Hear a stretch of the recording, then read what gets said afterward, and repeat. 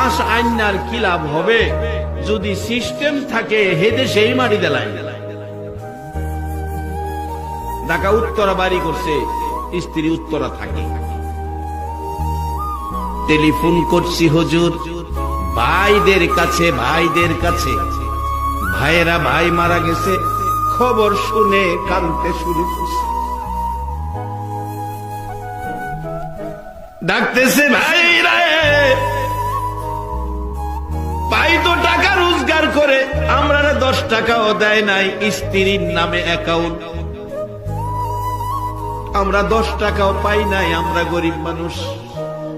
তোমাদের কাছে অনুরোধ করি আমার ভাইয়ের লাশটা তোমরা পাঠাইয়া।